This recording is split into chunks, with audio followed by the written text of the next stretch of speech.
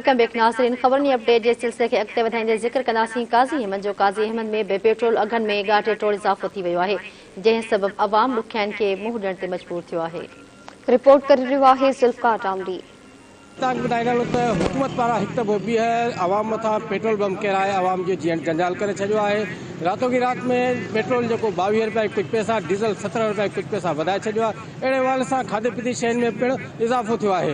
इन हवाले सां काज़ी अहमद आवाम खां पुछंदासीं त हुननि जो इन बारे में छा चवणु आहे। हुकूमत जेका ॻाटे टोड़ जेका महांगाई कई आहे, राति में हिननि जेको आहे पेट्रोल महांगो करे छॾियो आहे ऐं ॿियनि खाधे जे शयुनि ते मुख़्तलिफ़ शयुनि ते जेको आहे टैक्स लॻाया विया आहिनि। तव्हां ॾिसो पिया जेको आहे सो ग़रीब माण्हू जेको आहे अटो वठण ते जेको आहे कासर आहे।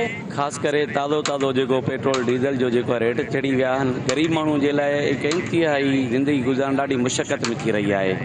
हीअ जेको हिन वक़्तु महांगाई जो वर चढ़ियल इंसान, मज़दूर तबिको या असांजे लाइ ग़रीब गुरबा जेके बि हेठिं क्लास जा माण्हू इन पेट्रोल खे, गाॾियुनि खे, मोटरसाइकिलनि जे ख़र्चनि खे, अटे आहिनि जेके हिन खे नथा मोड़ी सघनि। हीअ महांगाई जो बम किरायो आहे। असां जेके मज़दूर तबिको आहे तमामु वीचारो खाइण लाइ ज़रूरत आहे। ॿियो त वरी कल्ह हिननि जेको ऐलान कयो आहे 170 अरब रुपया हिन ग़रीबनि जे मथां मुस्तक़त कयो आहे। हाणे असां डेली वेज जे हिसाब सां जेको 300 रुपया कमाइण वारो आहे, उहो अटो न अटो थो वठी सघे, न गिहु थो वठी सघे, न भाॼी थो वठी सघे, न बीमारी बड़ी करे थो सघे। मूंखे अफ़सोस थो थिए हिन क़ौम ते त हिकु माण्हू बि रोड ते निकिरी हिन महांगाई जे ख़िलाफ़ु कोन निकितो आहे या को माण्हू रोड ते कोन आयो आहे। हेॾी ॻाटा टोड़ महांगाई आहे, हिन क़ौम खे आख़िर काॾे धिकियो पियो वञे।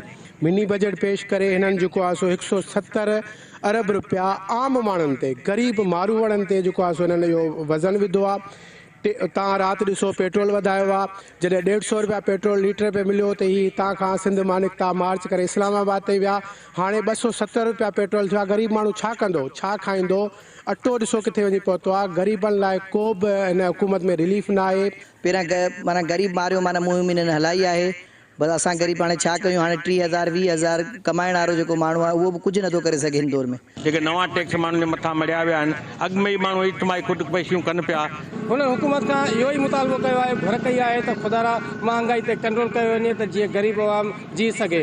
कैमरामैन साजिद टामरी सां गॾु ज़ुल्फ़कार अली टामरी, धरती टीवी न्यूज़, काज़ी अहमद। ही हुई न ख़बरूं। वधीक ख़बरनि जी अपडेट्स लाइ ॾिसंदा रहो टीवी।